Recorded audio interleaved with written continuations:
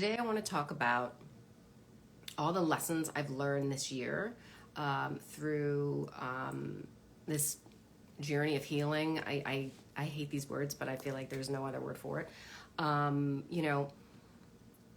want to share this with you because even though my experience is my experience, the lessons that I've learned are totally universal and can be applied to anyone and anything that they're going through. I've been working on myself for years, even when I was a little kid listening to my parents fighting. I remember looking at myself in the mirror saying, this is not the way it's supposed to be, because I knew that as a kid watching your parents, you sometimes end up mirroring those relationships. So I've really tried to be as conscious as I could be growing up, but there's always stuff that happens. And I just have notes here. That's why I keep looking off. Working on my self-esteem, I have depression. I've had suicidal thoughts. I saw a psychotherapist for years. Well, not for years, years ago for a few months. But which was really helpful. Of course, it built this foundation that I have. But nothing has transformed my way of thinking more than what I've learned over the course of this year. And I'm going to put in the notes at the end of this all of the references that I have. I'm on Spotify. I have a playlist, Healing 101. That's all of the podcasts that I've listened to. And all the podcasts have related books to them. I personally don't love reading, and audiobooks can get a little boring for me. I prefer to listen to a conversation. So that's why I like the podcasts. I started this at the beginning of this year because I saw myself reacting in ways in situations that I didn't like. My self-esteem was at an all-time low. My depression was raging, and I was very defensive, and I didn't like it, and it was causing some problems, in my life. So I took myself out of the situation, and I just kind of separated myself from everything, really. I stopped working. I, really stepped away from my friends for a while because I wanted to analyze. I have a science background, and I wanted to look at every single moment of these things that happened to see why, what was the root cause? Was it outside stress that was triggering me? Was it coming from within? And I realized that a lot of it was coming from within because of just unhealed wounds that I didn't get deep enough, When you do work, when you see a therapist, when you're, doing this mind work, it's layers, and you have to dig in layer after layer after layer. And luckily I had this foundation earlier to get me into this deeper place. People who have just joined, if you have questions along the way or comments, feel free. I'm just going to keep talking, but I will answer as we go. So once I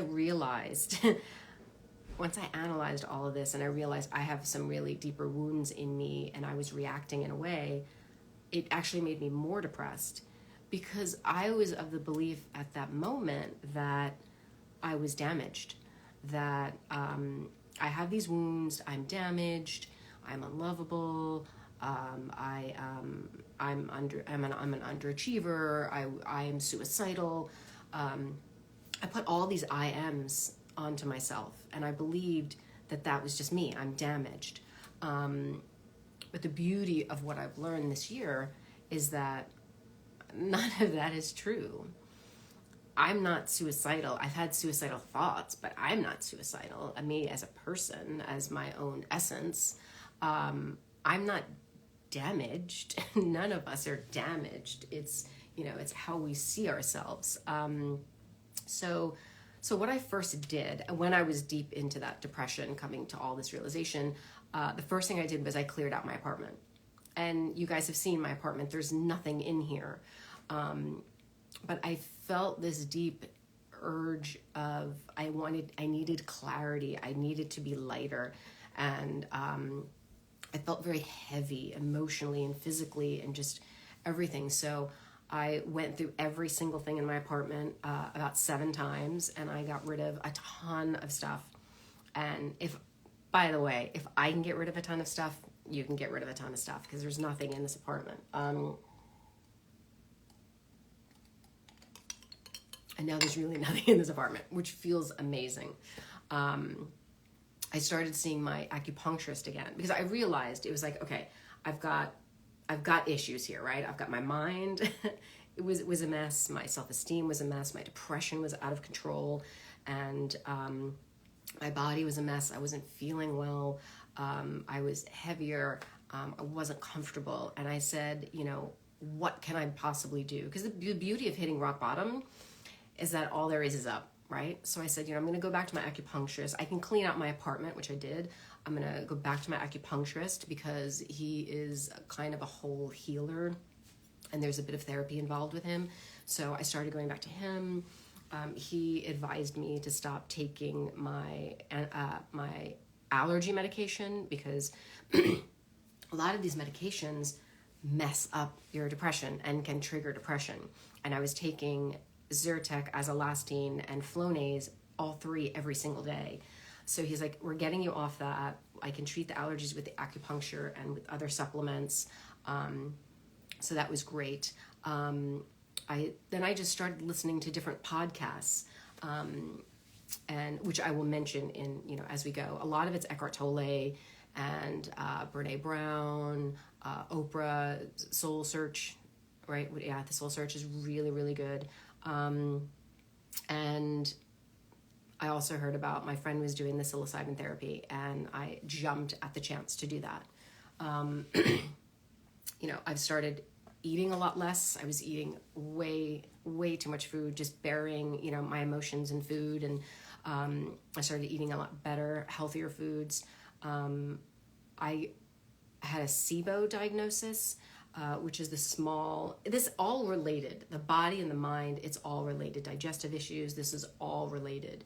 And everything that I'm talking about, like between the podcast and therapy and exercising and the psilocybin therapy, it's all cumulative. I don't think I could have gotten to this point without doing all of those things. Not one thing is better than the other. I know that psilocybin therapy is not for everyone. I know that a lot of people wouldn't want to do it for whatever reason.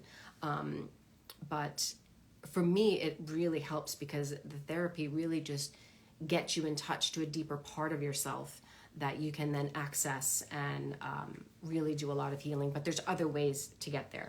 But no, I had SIBO, which is the small intestine bacterial overgrowth, SIBO. And there's a simple test for it. And that really helped me to feel better and look better, which is, all part of your self-esteem and just the ability to get out of bed in the morning, right? Okay, so let me get down to the universal lessons that I've learned that, again, you can apply to your life. It's not just about like my problems. And all of these lessons are in the podcasts that that are on my Spotify, Healing 101. And listen, a lot of these are not new. So it's not, these, a lot of you may have already heard this before, but it's new to me. The first one is, we live in the now. There's no past, there's no future. The only moment we have is right now. And this moment is fleeting. Whether you're having the best time with someone or with yourself, or you're having the worst time, it's going to go away. Everything ends, every moment ends and a new moment comes. So to be really conscious of the fact that I am here right now with you, I'm open and connected, and I'm not worried about the future. Worrying only pretends to be necessary. And worrying is about the future, right? Like, oh, is this going to happen? Is that going to happen? Well, okay, if something happens, I'll deal with it in the moment, because that's what we do, right? So we're in the now. Everything is fleeting, and worrying only pretends to be necessary. It's really a waste of time. Another big one for me, because I think we all think this, is that we are not our emotions. A lot of us are ruled by our emotions because before, what precipitated all this, my reactions to things, once I realized I was reacting in a certain way, I got really upset because I thought that was me. And it's like, no, emotions are like breezes, right? They kind of come and go. I'm sure you've been sitting there and all of a sudden you're like, oh, I feel anxious, or, oh, I feel so sad. But you can feel it. You don't have to be it. Before, it was like, oh, now I'm sad. And then I would be sad. Now it's, oh, I feel sadness. So I'm going to let it be. I'll let myself feel that sadness and acknowledge it. Take a deep breath and it goes right through me. I don't have to fall into it. Just because you feel anger or you feel agitated or you feel frustrated, if you just take a breath and acknowledge that emotion, that feeling, it doesn't have to take over you. That's a huge one. We are not our emotions. We don't need to be ruled by them. And I was being ruled by them, especially when you're depressed, especially when you're having horrible thoughts in your head. And that's the next thing, that we are not the thoughts in our head, right? It's our mind, the default, it's like, I think it's called the default mode in our brain is the chatter, the worrying, oh, is it going to rain tonight? Oh, look at that person. Look at this person's better than me. I'm better than that person. Or, well, that was annoying. Or the bullshit chatter that goes on in your head. That's not you. You're the observer of that. You don't have to listen to every voice in your head, and you certainly don't have to believe every voice in your head, because that voice is a liar. The voice telling you that you're better than them, or they're better than you, and you're a piece of shit, and you're ugly, and you're fat, and you're this and that. That's just the voice in your head. That it's an energy force that is there to sustain itself. And when you don't believe it, it dissolves, because you're not adding to it, right? So we're not our emotions. When the emotions come on, I feel it. I can feel it, but I'm not it. I feel sad, I'm not sad. And we're not the thoughts in our head. We are the observer of our thoughts. Now, when I'm saying these, some of these they're all very simple, and a lot of them might not even seem to make any sense to you, and some of it will. I will say that the podcasts that I have been listening to that talk about all of this, I listen to them over and over and over again, because it does take a minute to understand, not only understand it, but to feel it and to practice it. I am not what happened to me. I am not damaged. Before, I thought I was damaged because I thought all of these things that happened to me, my parents didn't love me, this person was mean to me, I didn't get this, I don't have that. That has nothing to do with me. Me feeling like I wasn't loved enough by my parents, or wasn't loved enough in that relationship, or, whatever. That has nothing to do with me. I am not my parents. I am not what happened to me. These things happened, but it doesn't have to define me. And it doesn't have to, I don't need to live my life now based on what happened to me in the past, because it's done. It's over. Anything bad that's happened to me is done. And when you get attached to that, that's another thing. Like, getting attached to things is where the problems come. Getting attached to an outcome, getting attached to a person. I didn't realize I was doing it. A lot of us don't realize, you're attached to the way you look, and then all of a sudden you get a little older and you're like, oh, I hate myself because now my face fell. Because I was attached to the way I looked. I was attached to certain people in my life. And when you get attached to something, you fear losing it. And when you fear losing something, when you get into fear, that's not a good place. Think of a cornered animal, right? You corner any animal, including a person, they're going to be scared. And what animals do when they get scared? They lash out.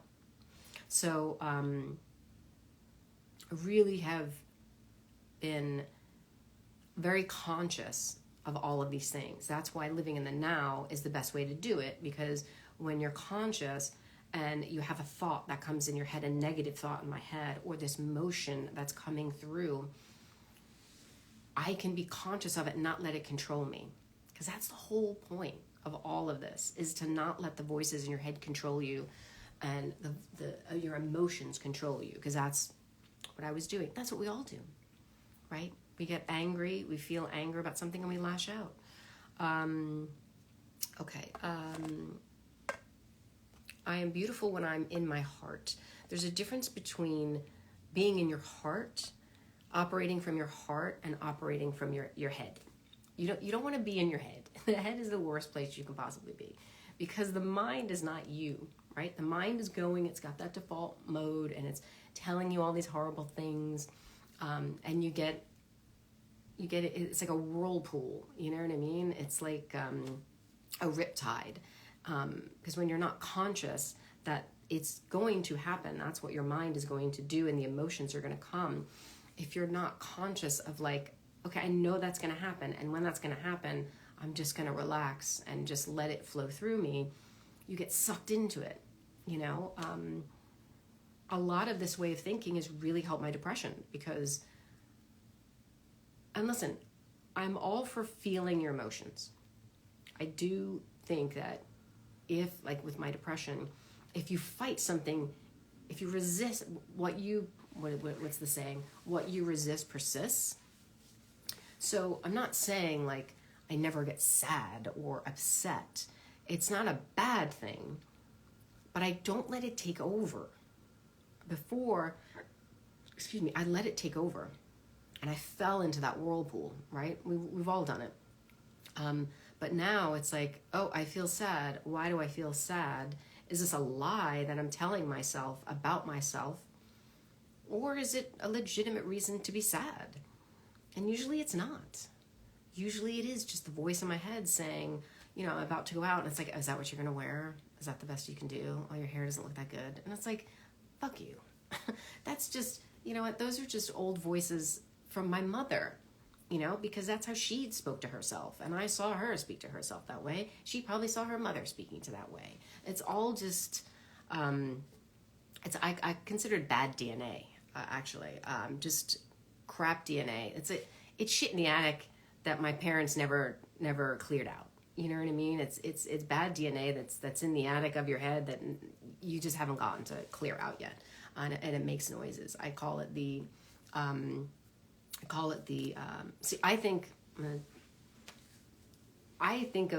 love metaphors and analogies and everything. So I think of the person, us, people, our minds, as a house, right? We move into this house. We're born into this house. And the house is our parents' DNA, right? Because it's half your mother, half your father. Right? So this house is built of DNA. And some DNA is shit. You know,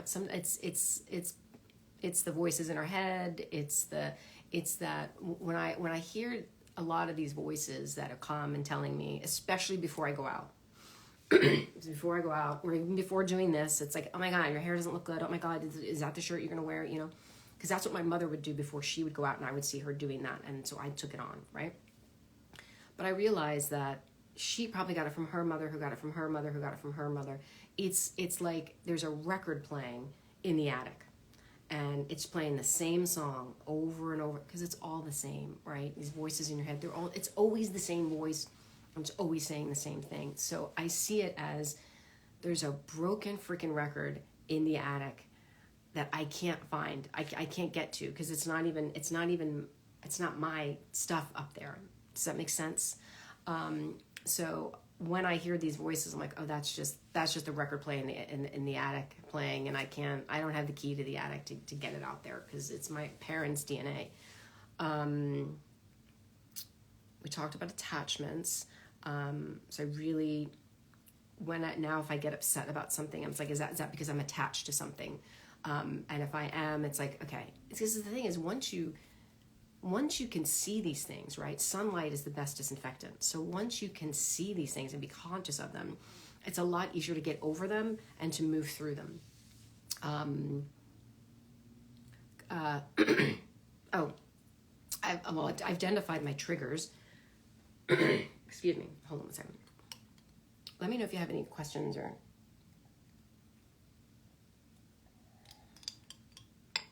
Let me see.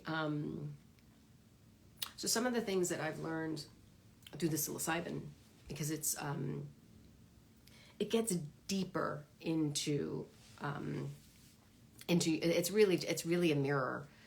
We're not high, we're not walking around. It's not like you're at a club and it's not like that at all. It's therapy. And I realized I have control issues. I know it's funny because everyone that knows me is like, you didn't know that. But I have to have control at work, right? So what I'm realizing is that everything that makes me good at my job are all things that I've done to deal with my childhood, like the controlling. I had no control as a child. It was very chaotic, and it's like that's why I like control over everything now. But then it can go into a bad way. Whereas if I can't control an outcome of something, which you can't control other people. I can't control the weather. There's so many things I can't control. I don't get stressed about it anymore because I used to get really stressed about it. And now I realize, well, that's out of my control. I'm doing everything I possibly can do. So I'm not going to get stressed about it. And again, that's really about being conscious and being able to step back and see yourself, because you might not have control issues, but you might have something else. And if you can see that, then you can deal with it. Let me see. Another big thing I've learned is words matter and reframing your thoughts. Like I said before, right? It's like you have emotion comes through you. It's sadness, it's anger. I would before think, well, I'm sad. No, now I say I feel sad. I'm not sad. It's an emotion that I'm feeling at the moment, but I'm acknowledging it and it's going to go through me. I'm not sad anymore. I'm not angry. I'm not angry. I might feel angry at some moments. I might feel frustrated because they're feelings. It's not defining me. I am not, right? I am beautiful, amazing, wonderful, whatever. Because those are the truth, because we all are.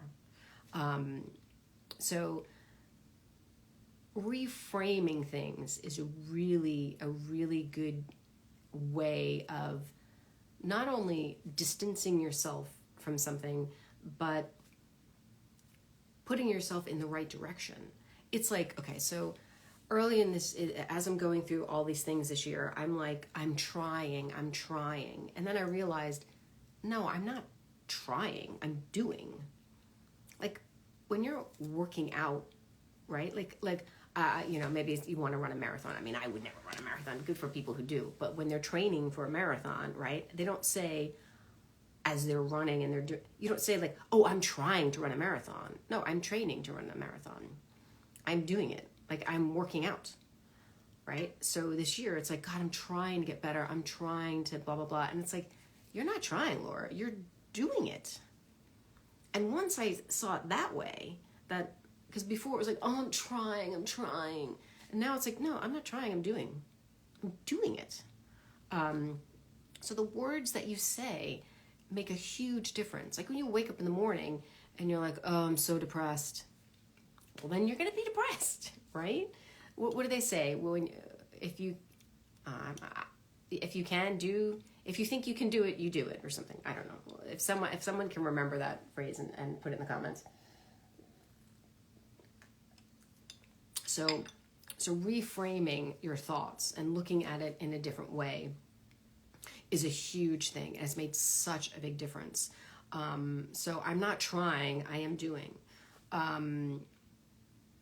Tell yourself the truth. Once you realize you're not the voice in your head, and once you realize that voice in your head is lying to you all day about, and listen, some people might not have these voices in their head telling these things. I'd love to meet you because you sound amazing. Most people I know have this voice in their head telling them these horrible things about themselves, and we're just conditioned to believe it. And once you realize they're lying, then you can say the truth. And that's what all of this is. It really is just getting to the truth of, I'm not damaged. I'm not the voices in my head. I'm not my emotions. I am presence. I am here. I am giving back to you. I am inspirational. I am good things. And even to say that, honestly, it feels weird to say that. And why should it?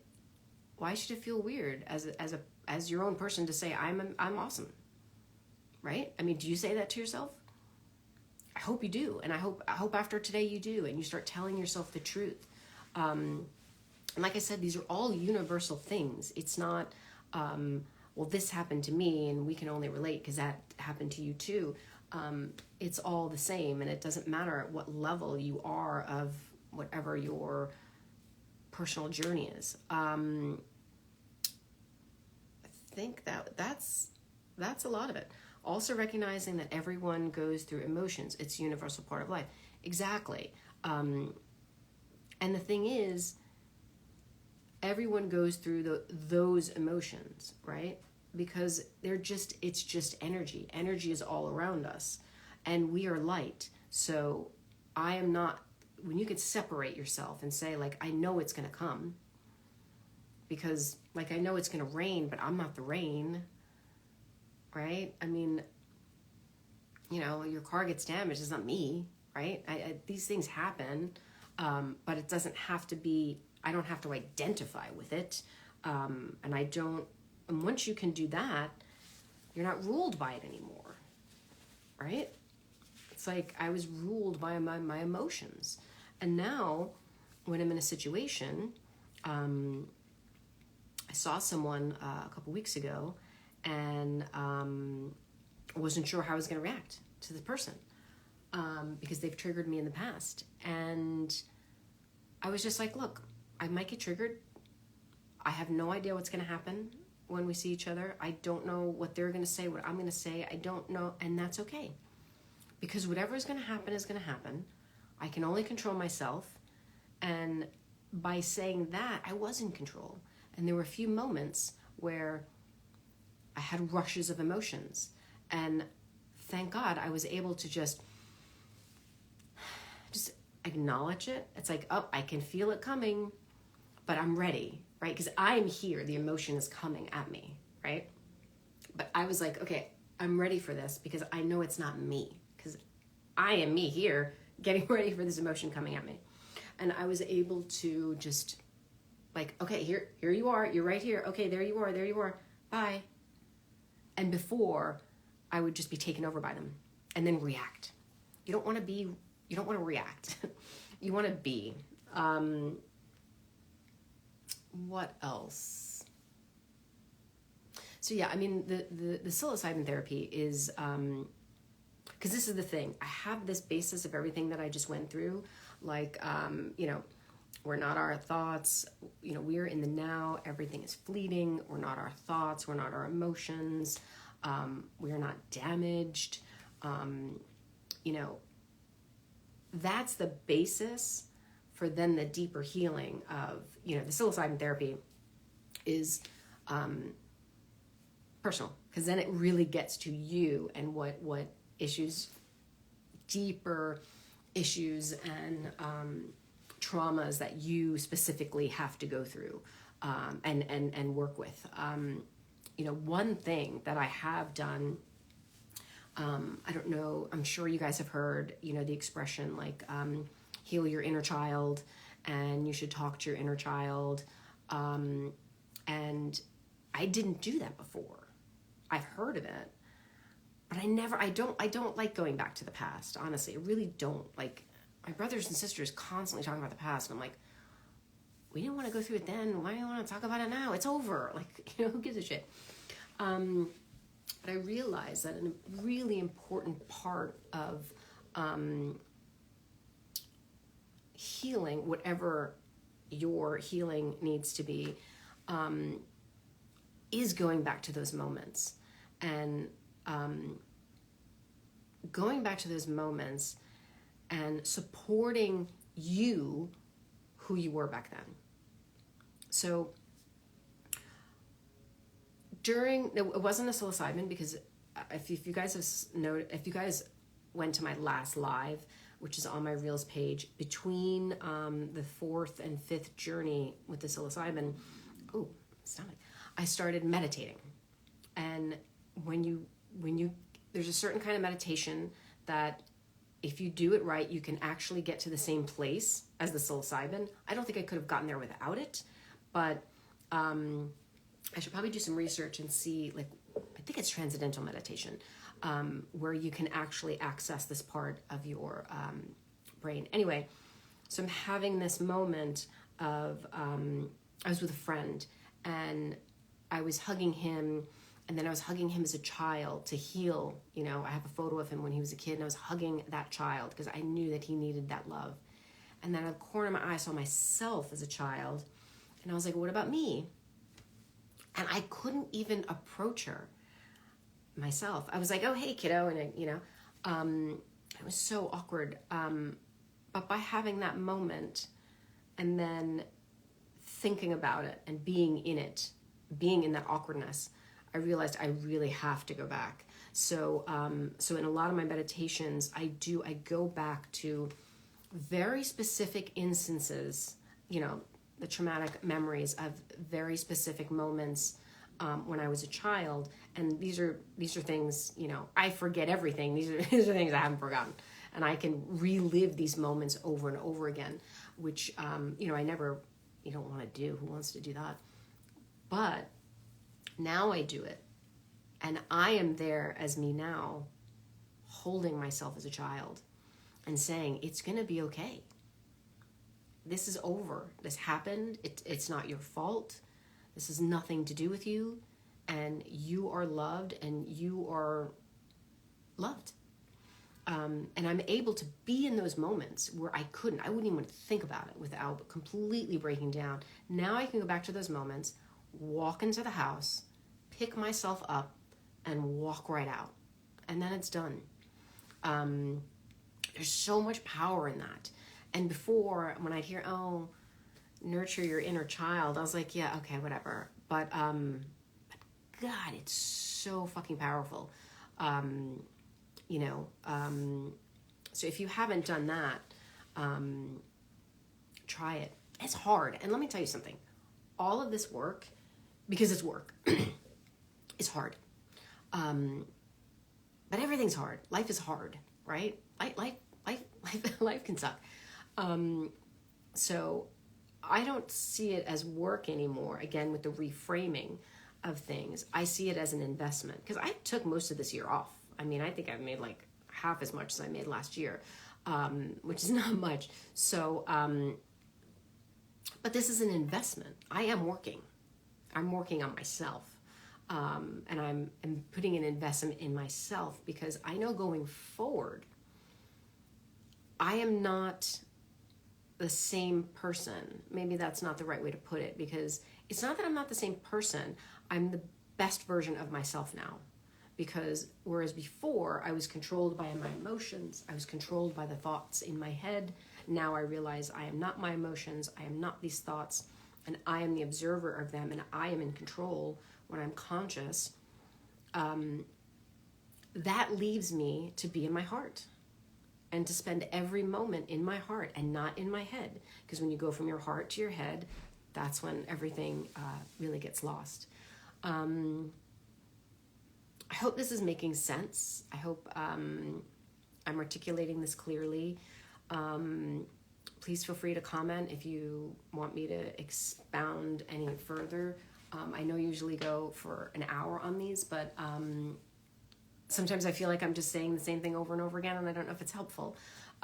So let me know. But I will, again, I'll put, okay, so on my Instagram page, I have a highlight, and it's called Healing. And that links to everything that I'm talking about. All the podcasts, it links to my Spotify. It'll link to this, all my videos, so you can reference it as you like. And again, listen, I don't really like reading, but there's different ways of learning, you know. Thank you for sharing. It resonates with me, and it's helping so much. We are not alone after all. No, my God. And we're all the same, you know. We're all, we're human beings, you know. We're beings, and there is a universal truth to being conscious. And, you know, another thing about the psilocybin therapy, the one thing that's so great about it, which everyone says, I wouldn't want to do that part, is you're with a group, and your individual journeys are completely separate, and there's no, you know, intermingling there. They make it very clear, like if someone's in their journey, do not, and you're out of your journey, do not bother anyone else. You're not even allowed to comfort anyone else. Only the guides are. So, but afterwards, we do integration, and we talk about what was the takeaway. We don't have to talk about our own experiences. We're allowed to share whatever we want, but it's like, what did you take? What was the takeaway from what you learned? And then we all individually talk about it. And some people are like, oh, I don't want to do group therapy. But the truth is, it's the best part. Everyone comes in saying they don't want to do it, and then everyone leaves saying that was actually the best part of it, because we're all learning from each other. Because again, all of these things are universal. Our traumas are individual, but the feelings behind them and the way we internalize them is pretty universal. So I have a healing highlight on my Instagram, and it links to everything, but I will, I don't know if I could put a link in the notes of this, but it's in my healing highlight. If there's any other comments, let me know, because otherwise I'm gonna jump off. But I'm happy to talk if you guys still want to talk, but I'd rather it be more of a discussion than just me. So I was just gonna say something and I forgot what I was gonna say. So yeah, if you have a comment, please put it now, because otherwise I'm gonna head out.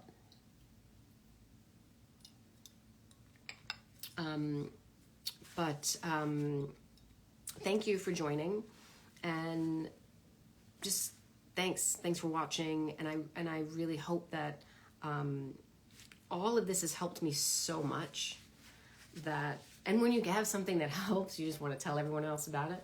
Read this book, do this. Oh, that's what I was going to say. You know, for a while I felt like, how do you like to pick yourself up when you're feeling depressed? Well, the first thing, just happy for you. Thank you. Well, now I understand that when the sadness comes, thank you, Laura. It was very clear and relatable. Thank you. Thank you. Thank you for sharing. Thank you. The biggest thing about the depression is now I understand that I am not depressed. I get depressed sometimes, but I am not depressed. I feel sad sometimes, but I am not sad. So first, there's that separation. First, it's the reframing of the way you're thinking and saying these things, because now there's a separation. Whereas before, it's like, I am sad, well, that's me. Now it's like, I feel sad, which is not me. It's just an emotion that's coming through. So in these last few weeks, because in my last live, I was saying how I'm pretty sure I said I am better, but I don't feel better. But it's within these last few weeks that I've actually really feel better. So that's why I wanted to share all these things with you guys, because it's my brother. How is he not in my life? What was I just saying? All right, well, okay, with the depression. Now when I feel the sadness coming on, I understand that it's coming from outside, and I don't let it take over me. Wonderful hearing your learning, and thank you so much for sharing this journey. Thank you, Karina. And I tell myself the truth, because when you're depressed, you want to separate out what's the truth and what's a lie. And a lot of times, are you able to have, okay, I'll get to that question. So a lot of times, you could be depressed for a reason, right? There was a bad outcome of something, or you're not feeling any you're not having a good time, or you lost your job or everything. And it's like, well, why am I depressed about that? Or is it, oh, you're a piece of shit, you're unlovable, you're that, like the usual voices. And when those come, I can say, well, no, that's not true. That's not the truth. You're a lie in my head. You're not me. You're bad DNA. And I'm not going to listen to you because you're lying to me. And the other ones are, it's like, if it's a true thing that maybe you could be upset about, look at it and say, well, do I really need to be upset about this? It happened. Am I upset because it's out of my control? Is it something that I can correct? Is it something I can do? I like to look at it very analytically, because otherwise then you fall into it. But sometimes you do fall into it, you know? That's when I reach out to friends. I tend to isolate when I get depressed. And I realize, like, when I am getting depressed in the past, I was like, okay, please call someone, reach out, go to dinner with someone, take a walk, listen to music. And sometimes I do the complete opposite. And I say, okay, you're depressed. Let's be sad. Let's be sad. I'm not going to resist it. Let's just be sad. And it goes through me, and then it's done. And sometimes it takes a while, but at least it's like, sometimes it's okay to be sad. Sometimes it's okay to be depressed. Everyone's so ashamed of it. And sometimes I'm like, no, I am depressed, and I don't want to go out today, and I'm not going to leave the house, and I'm just going to sit and watch TV, and I'm going to wallow, and until it's done, you know? But I do try to listen to music or dance, you know, just to physically move to kind of get it through me. But talking through myself of, is this truth? Is it a lie? And if it's something that I should be upset about, do I really need to be upset about it? I mean, I could be super depressed. I'm in so much debt right now because I didn't pay my taxes last year, and they're all on my credit card. And it's a lot. And I could be upset about that, but I'm like, who gives a shit? It's money. Money will come. I can't be upset about it. I hope that was helpful. And if it's not, let me know. Are you able to have good relationships with your parents and siblings despite any differences? Yes. Yes and no. Well, my father's long past. He died 25 years ago. And I forgave him because he was on his deathbed for quite some time. And I forgave him because I understood even then that his parents were so mean to him. Like, his mother constantly reminded him that he was a mistake. He was 15 years younger than his sister. Thank you for doing this. You're welcome, Michelle. So I forgave him because it was like, he was just a guy. He woke up one day, had a wife he didn't like, 5 freaking kids, you know, commuting every day to work to Jersey from Long Island. So, and his life didn't turn out the way it expected, and he was angry, you know, and he didn't know. So I forgave him. And I forgive my mother too. I mean, sometimes I can't take her. She actually asked me to have lunch a couple weeks ago, and I just said no. And honestly, this woman, I think she's asked me to lunch 3 times in my life, and I'm 48 years old. So it's not like she calls and I don't answer the phone. I just realized that she has a lot of limitations, and, you know, yeah, she was mean, but I don't think she meant to be mean. You know, she had her own shit, and still does, and she's not a bad person. And the truth is, I'm grateful for what going through that has given me. You know, when you grow up and you're in a house with 6 other people and you can't rely on any of them for anything, for no emotional support, physical support, nothing, you learn to do things on your own. I can make a decision on my own. I don't need to call 15 people. You know, I'm very independent. I'm very strong, and that's all from that. So, and listen, none of them are bad people. My parents aren't bad people. They were just bad parents.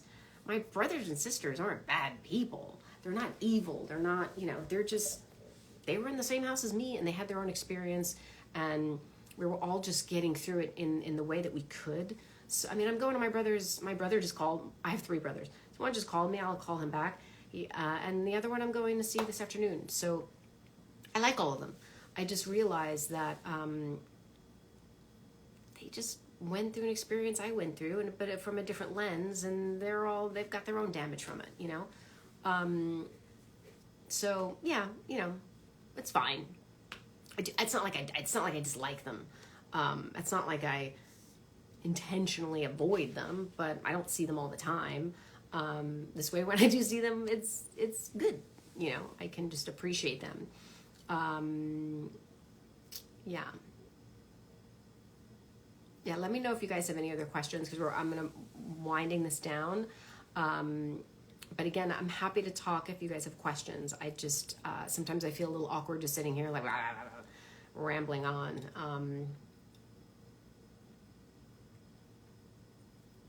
And again, this will be on my Reels page, so you can access it anytime.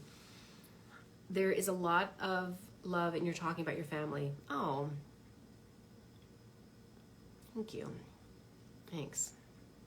Yeah, I'm realizing that I can't be mad at them for them acting the way they did, because they were in the same shit I was in, and just trying to survive like me, you know. That was so amazing and so true. Coming from a Greek family, I understand. Yeah, it's big families. It's hard, you know. And listen, we've all had different times in the last, you know, however, I'm the youngest, so the last 50 years, where we've argued with each other, where it's like, oh, I'm not getting along with my sister, and Frank and Greg aren't getting along, and Michael and, you know, or Michael's being really mean to mom, and I'm being nice, and then the next week it's reversed. So we've all had our moments, but it's definitely a lot better now, you know, and I don't know why, but it's definitely better now. I guess maybe because they all have kids, and there's other shit to deal with than fighting with your mother, you know. But yeah, I don't, yeah, you know, anyway. Any other questions or comments? I don't want to like jump off fast if someone else has a question, but otherwise, I think it stopped raining. Good, because I do not like going out in the rain. I'm like a bowl of sugar. So thank you guys. Thank you guys so much. And you can always DM me with questions. I have a lot of discussions about all these things on the DMs. And I'm happy to talk about it, because we should be talking about these things, because we don't talk about it, and then we're all in our own little bunker of bullshit, you know? And it doesn't need to be this way. It just doesn't need, we don't need to be suffering like this. And also, you don't need to take a year off of work and hide away in a cave like I did for these last 8 months. You don't have to do that. You really don't have to do that. Thank you immensely. Thank you for joining, and thank you for listening, and so brave of you. Yeah, I mean, and that's the thing. I don't feel like I don't feel brave. I feel like I don't know, like what else is the point of doing all of this work on ourselves and sharing with other people? You know, I just find it helpful. And this is helpful for me to talk about this. So part of it's selfish. I like to talk about it because it helps me. And also, if I can help someone else, then, you know, it's all